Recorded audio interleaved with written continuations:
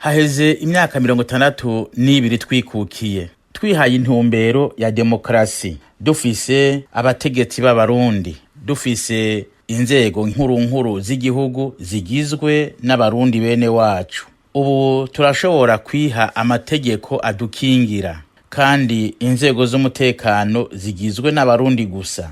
None twovuga ko twikukiye koko? Ku bwacu impingira cari ndende kubera imvo zikurikira. Ubwa mbere, dufatiye ku vya politike, dusanga ko naho twimirije amatora nta tegeko ritunganya ryumvikanyweko n'imigambwe yose riraboneka. Ariko ntivyabujije perezida gushiraho umurwiseni atategeko rigenga ayo matora riraboneka. Ku bwacu ivyo vyose bigirwa mu ntumbero yo kwiba amatora, no kuvuga kazoza k'abanyagihugu. Nayo amasezerano ya Arusha yategekanya ingene dusubira mu nzira ya demokarasi abarundi bipfuza, ubutegetsi bwa CNDD-FDD bwo bwayateye umupira.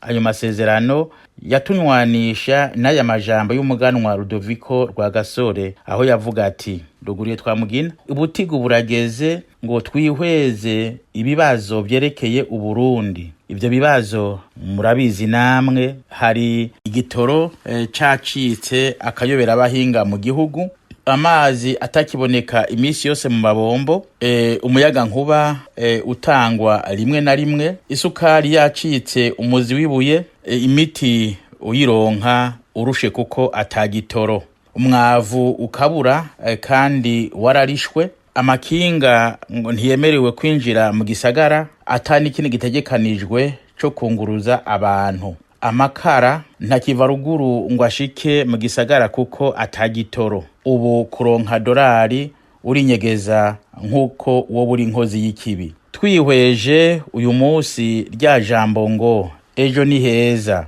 ngo turindire imbono y'ibihumbi 2040 n'ibihumbi 2060, umuntu acabona ko ejo hazoza hasumbwa n'ejo hahise.